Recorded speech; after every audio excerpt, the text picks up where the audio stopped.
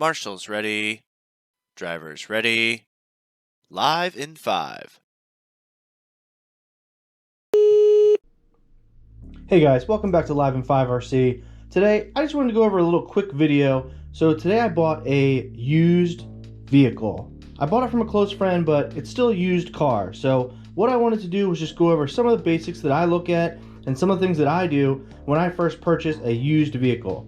So let's take this truck out, take a quick look at it, and see what we're working with.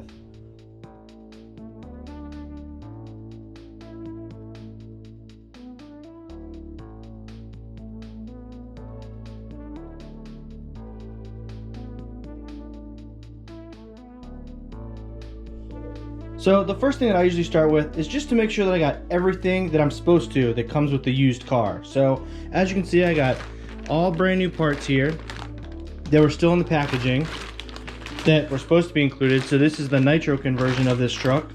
Of course, the sticker sheet. And then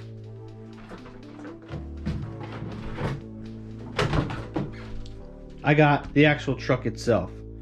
So if you guys don't know, Agama only makes a nitro truggy. They don't make an electric truggy. So this is a e-conversion kit for the nitro truggy.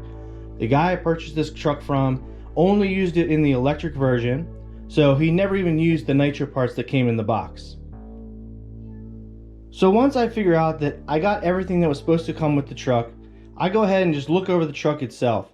I make sure that everything is as he described, make sure everything is clean, make sure everything is straight, make sure all my drive shafts are good, make sure that, you know, there's nothing bent out of shape, everything moves smoothly and cleanly.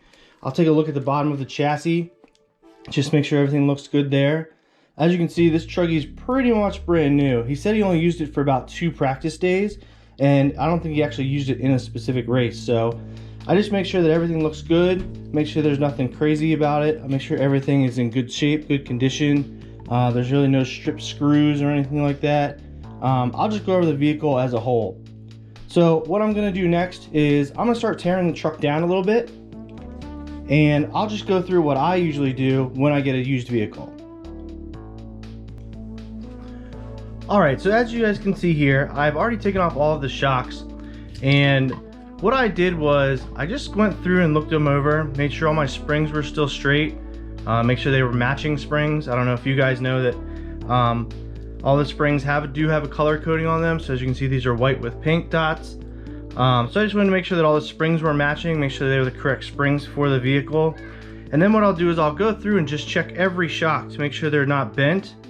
And as you can actually see, this eyelet here is a little bit off from where I would like it. So I'm assuming these are probably short eyelets versus long eyelets. So I'm gonna go ahead and look at the manual and make sure that's either accurate or that's supposed to be on there, or if it was a setup that he had specifically for this truck. So I'll just go through each shock, make sure that they move smoothly, make sure there's no bends or any kind of like break up through them, make sure that they're nice and smooth, there's no blockage within the shock, make sure the shaft's not bent or anything like that. And then what I'll do now is I'm actually going to take out the diffs of the vehicle, and then we'll take a quick look at those. Alright, so I went ahead and just pulled out all of the differentials just to double check them, make sure everything's moving smoothly, nothing's bound up or looks crazy or anything like that. All the gears look good, all the bearings, make sure all the bearings are in good shape. Now what I'll do now is, since I actually don't know what was on this truck before, the setup or the fluids that he had in these differentials, what I'm going to do is actually just tear them apart and rebuild them with the factory settings, just so we'll take it back to stock. I'll do that as well with the shocks, with their shock oil as well. I'll just get them cleaned up, and then I'll get them changed back to the box stock setup. So let me go ahead and get that done, and then we'll be back. Alright, so we went ahead and got everything set back up. We have all of the stock fluids in the differentials, and then so they all actually feel really smooth, all cleaned up. Make sure there's no excess fluids on them. And then we went ahead and rebuilt the shocks. They actually feel pretty good. It's a little bit of a heavier weight than I'm used to on this box setup, so I may talk to one of my friends and see what he has on his setup sheet, since I've never driven this truck before. Next, what I'm gonna do is just get everything back together, and then we'll take a quick look at one last thing that I do, and then we'll get moving. All right, you guys, everything is back together. As you can see here, I got everything back. What I did also was I went through each screw. I know there's not a servo in here right now, but what I did was I went ahead and went through each screw, just made sure everything was snug and tight, make sure there was no loose screws, stripped screws, or anything like that. One of the biggest things I also want to mention is the last piece that I do before reinstalling the shocks that I just rebuilt is just making sure that I check that there's no binding, front or rear, in either arm. In case they need to be reamed or anything like that, just need to make sure that there's no binding, and after you install everything, everything moves nice and clean and smooth still, just to double check everything. And to do this, I actually use one of these really cool 3D printed stands. As you can see, it has the Agama label on it. It has Agama on the front, and then our YouTube channel, Live in 5 RC. These are custom made stands by Average Joe Racing Products. If you guys are interested in one of these stands, they make them for 8th scale and 10th scale. They are 3D printed, and he does custom orders, so you can do any color. You can do any side panel or long side panel with any color, any design.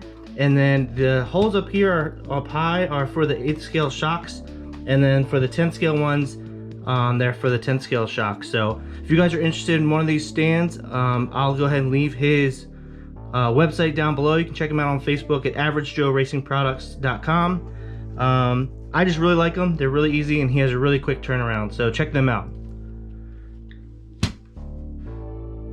Alright, so now that we've gone through the entire truck, made sure everything was nice and clean, everything was refreshed, nice rebuilt shocks, nice rebuilt diffs, made sure all of our screws are correct.